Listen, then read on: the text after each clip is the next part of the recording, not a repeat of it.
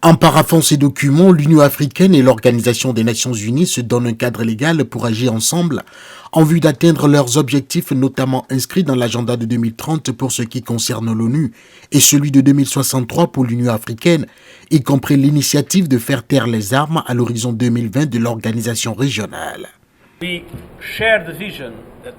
Nous partageons la vision selon laquelle la paix et la sécurité, le développement inclusif et durable, les droits de l'homme et la bonne gouvernance sont des dimensions qui doivent être vues ensemble et nécessitent une vision commune et une coopération renforcée entre nos deux organisations.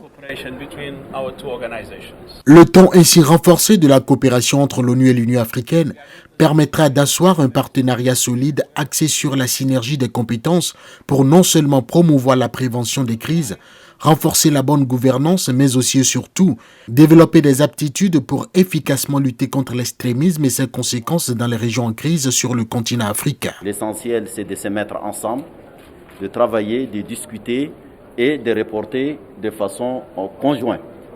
Je crois que c'est une nouvelle page qui s'ouvre dans la coopération entre les Nations unies et l'Union africaine. Raoul de Melo Castro du bureau du Conseil spécial pour l'Afrique du secrétaire général de l'ONU est l'un des acteurs clés ayant participé à la rédaction du contenu du nouvel accord cadre ONU-Union africaine. Cet accord, c'est beaucoup plus compréhensif, c'est-à-dire c'est beaucoup plus large, parce qu'aujourd'hui aussi, les problèmes que nous avons en Afrique pour ce qui concerne le maintien de la paix et de la sécurité, c'est beaucoup plus complexe. Maintenant, on a un agenda 2063. Qui est un agenda beaucoup plus compréhensif, beaucoup plus large, beaucoup plus clair que ce qu'on avait avant, et beaucoup plus ambitieux aussi.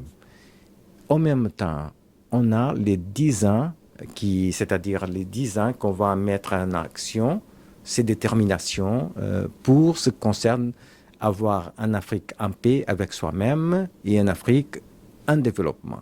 Mais on a aussi aujourd'hui des défis assez sérieux, comme par exemple le terrorisme.